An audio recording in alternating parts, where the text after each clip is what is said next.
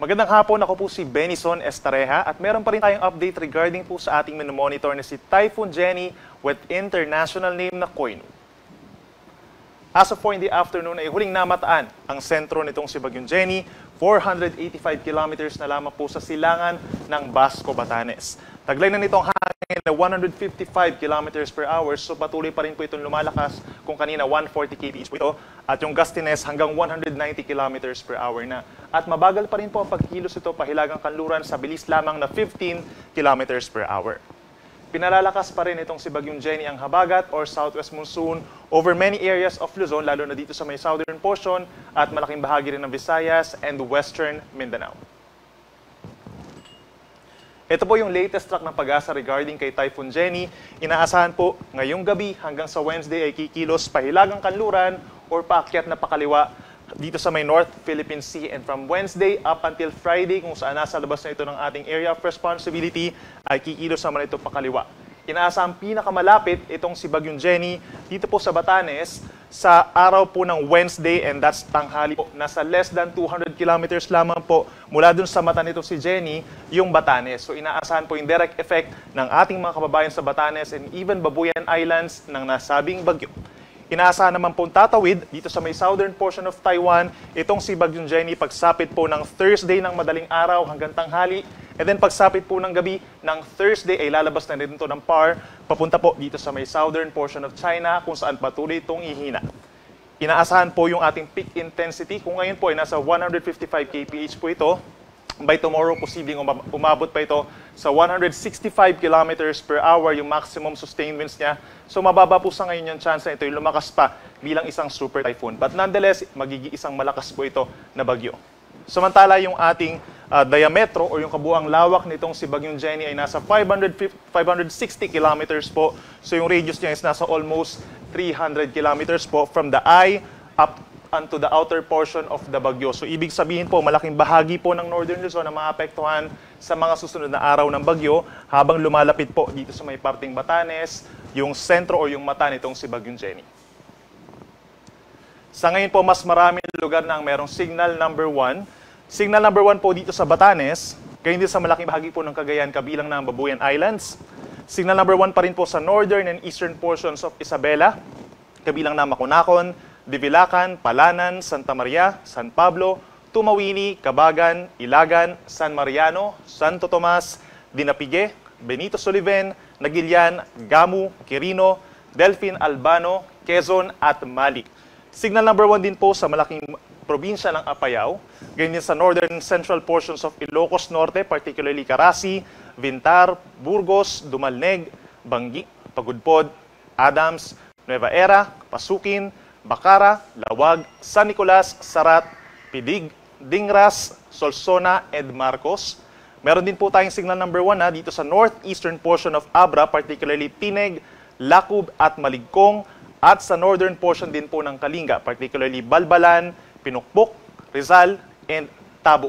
So by tomorrow po, possible na yung mga malalakas na hangin in many areas of northern Luzon at possible na madagdagan pa po yung mga areas dito sa norte na magkakaroon ng tropical cyclone wind signal number 1 at ilan pa sa mga bahagi ito lalo na sa may extreme northern Luzon ay posible mag-upgrade pa ito signal number 2 and worst case scenario signal number 3. Base naman po sa ating latest satellite animation sa mga susunod na oras, yun pa rin pong eastern side of Luzon na magkakaroon ng direct effect nitong si Bagyong Jenny, pinaka-apektado ng mga pag-ulan at may kalakasan na rin na hangin dito po sa may Cagayan Valley, lalo na sa may Cagayan and Isabela, pababa ng Aurora, at magi dito rin po sa may Quezon Province, asahan po yung outer portion nitong si Jenny, magdadala ng mga pag-ulan, Camarines Provinces, and Catanduanes. Kita rin dito sa ating satellite animation yung mga magiging paulan ngayong gabi hanggang bukas ng madaling araw. Epekto po ito ng habagat or southwest monsoon na siyang pinalalakas ng bagyo. We're talking of Zamboanga Peninsula, Basilan, Sulu, Tawi-Tawi, malaking bahagi rin po ng Western Visayas, at dito rin po sa may Mimaropa, at even dito sa may Cavite and Batangas, possible din po yung mga pag-ulan dulot ng habagat. Other areas of Luzon, kabilang Metro Manila, may mga possibilities din po ng mga localized thunderstorms na epekto na din po nitong si Bagyong Jenny at yung habagat din po posibleng maka-apekto pa sa ilang bahagi ng western or central and eastern portions of Visayas. By tomorrow, direct effect na po ang mararanasan ng ating mga kababayan dito sa may extreme northern Luzon at mga kalapit na lugar, itong Cagayan, Apayao, and Ilocos Norte. Dahil meron na po itong signal number 1, possible po yung mga pagbugso ng hangin at may kalakasan na ulan, lalo na po sa gabi hanggang sa susunod pa ng mga araw, Wednesday po ng hapon. Dito naman sa may eastern side of Luzon, asahan pa rin ang maulap na kalangitan. Aurora, Quezon, and almost the entire Bicol region, asahan pa rin po ang makulimlim na panahon na sasamahan ng mga pag-ulan, lalo na po sa hapon hanggang sa gabi. At patuloy ang epekto ng southwest monsoon over the rest of Luzon. At pinakamalalakas sa mga pag-ulan by tomorrow sa Zambales, Bataan. Ito rin po malaking bahagi ng Mimaropa, lalo na Occidental Mindoro and Palawan. May paminsan-minsang malakas na ulan na posible magdulot ng mga pagbaha at pagguho ng lupa. At sa Metro Manila, huwag kalimutan po magdala ng payong. Possible pa rin ang maulang panahon by tomorrow at mas posible lumakas pa pagsapit po ng Wednesday. Sa ating mga kababayan po sa Visayas, pinakapektado ng habagat or southwest monsoon ang western portion, habang ang central and eastern Visayas, mostly cloudy skies naman, at makakaranas din po ng mataas na tsansa ng ulan as early as tanghali hanggang sa gabi. So walang direct effect coming from Bagyong Jenny.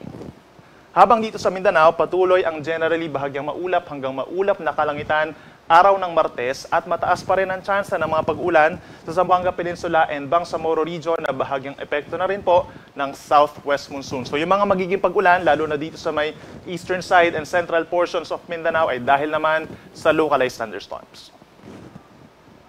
Please take note, itong mga lugar natin, meron tayong nakataas dito na weather advisory and even dito sa may kulay blue na direktang epekto po nitong si Typhoon Jenny for the next 3 days po yan. So ngayong gabi hanggang bukas, magkakaroon tayo ng 50 to 100 millimeters na mga pag-ulan or mga light to moderate with at times heavy rains over Batanes, Cagayan, and Ilocos provinces. Direktang epekto nitong si Bagyong Jenny. Habang dito naman po sa may central and southern Luzon, as well as western Visayas, lalo nitong Zambales, Bataan, Occidental Mindoro, and Palawan, asahan po yung occasional rains, epekto ng southwest monsoon.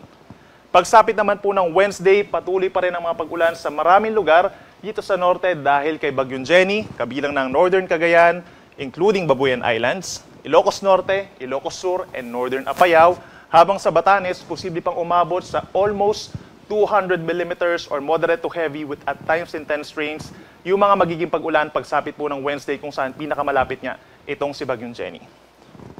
And dito sa Metro Manila, asahan po natin pagsapit ng Wednesday, ganyan din sa Zambales, Bataan, Bulacan, Pampanga, Cavite, Batangas, at magi dito pa rin po sa Occidental Mindoro at sa Calamian and Cuyo Islands sa Palawan. Possible din po ang mga 50 to 100 millimeters na ulan. Iyan po ay nakadepende sa inyong DRR kung posible pang magkaroon ng mga suspension or yung mga magkakaroon ng mga pag-ulan natin, mga light to moderate rains po yan. Yung mga nabanggit natin na lugar, mag-ingat pa rin po sa mga posibleng pagbaha, lalo na sa mga low-lying areas. May chance rin po ng mga pagguho ng lupa sa mga bulubundukin na lugar, knowing na nagkaroon na tayo ng mga pag-ulan nitong mga nakarang araw at possible din po ang pag-apaw ng mga ilog. At meron din tayong gusty conditions, epekto pa rin po ng southwest monsoon. Meron tayong paminsan-minsang malakas na hangin ngayong gabi hanggang bukas dito sa malaking bahagi ng Calabarzon, Mimaropa, Bicol Region, Western Visayas at Metro Manila. At pagsapit ng Wednesday, October 4, Metro Manila, possible pa rin po yung pabugso-bugsong hangin, epekto ng southwest monsoon. Hindi po nitong si Bagyong Jenny, gayon din ng Bataan, Southern Aurora, malaking bahagi pa rin ng Calabarzon at parte ng Mimaropa at Bicol Region. At panghuli, bukod dun sa ating ulan at hangin, meron din tayong babala sa matataas sa mga pag-alon para sa mga maglalayag nating kababayan.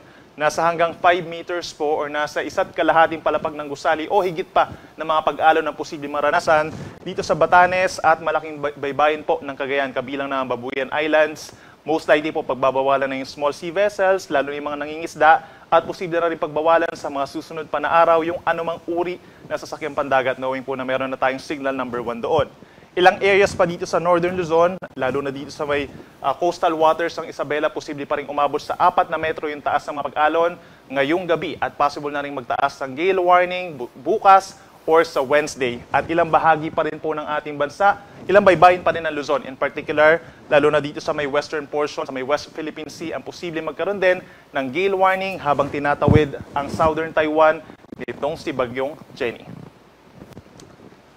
Kaya naman po lagi mag-antabay sa updates ng Pag-asa yung ating tropical cyclone bulletins. In effect pa rin po yan every 6 hours for today, but by tomorrow, possible po na every 3 hours na yung ating frequency ng mga tropical cyclone bulletins. So that starts at around 11 a.m., 2 p.m., 5 p.m., 8 p.m., and so on. Habang yung ating weather advisories o yung mga babala in terms of malalakas na mga pag-ulan dulot ng habagat, every 12 hours po yan. So that's 11 p.m., 11 a.m., and so on.